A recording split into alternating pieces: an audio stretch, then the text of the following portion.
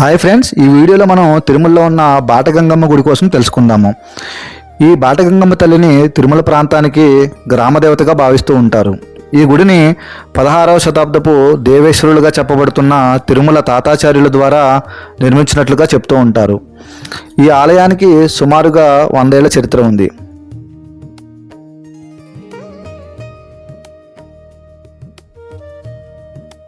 ఈ ఆలయం పాప వినాశనానికి వెళ్ళే కాలినడక దారిలో ఉంటుంది. పూర్వకాలంలో ఈ గుడి ప్రాంతం మొత్తం దట్టమైన అడవి ప్రాంతంతో ఉండేది.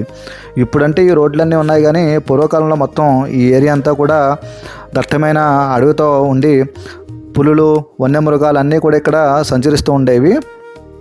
అసలు గంగమ్మ తల్లికి బాటగంగమ్మ అనే పేరు రావడానికి అసలు కారణం ఏమిటి?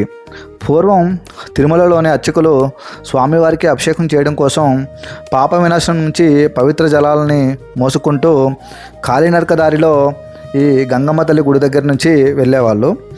ప్రతి శుక్రవారం స్వామివారికి అభిషేకం చేస్తూ ఉండేవాళ్ళు. అభిషేకానికి ముందు రోజు సాయంత్రం ఈ బాటగంగమ్మ తల్లి గుడి నుంచి ఆకాశగంగ వరకు అర్చకులు బిందులు పట్టుకుని ఈ గుడిదారిలో ఆకాశగంగ వరకు వెళ్ళి నీళ్లు తీసుకుని రావడం కోసం అని చెప్పి గంగమ్మ తల్లిని తోడు రమ్మని అడిగేవాళ్ళు. తల్లి, మేము స్వామివారి స్నానం కోసం ఆకాశగంగ వరకు వెళ్ళి నీళ్లు తీసుకురావాలి, అక్కడ వన్యమృగాలు అవి ఉన్నాయి కాబట్టి వాటి నుంచి కాపాడాలి అని చెప్పి ఈ గంగమ్మ తల్లిని తోడురమ్మని కోరుకునేవాళ్ళు.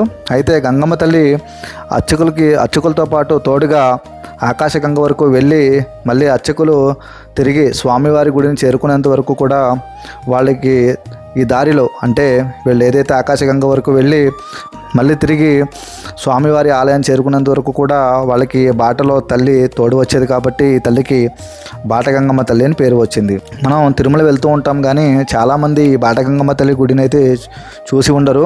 అందుకనే నేను ఈ వీడియో చేయడం జరిగింది. ఈసారి మీరు తిరుమల వెళ్తే కనుక తప్పకుండా ఈ బాటగంగమ్మ తల్లిని దర్శించుకోండి. అలాగే బాటగంగమ్మ తల్లిని స్వామివారికి స్వయంగా చెల్లిగా భావిస్తూ ఉంటారు. మీకు ఈ వీడియో నచ్చినట్లయితే ఈ వీడియోని లైక్ చేసి షేర్ చేయండి. అలాగే మరిన్ని వీడియోస్ కోసం నా ఛానల్ని సబ్స్క్రైబ్ చేయండి. Thank you.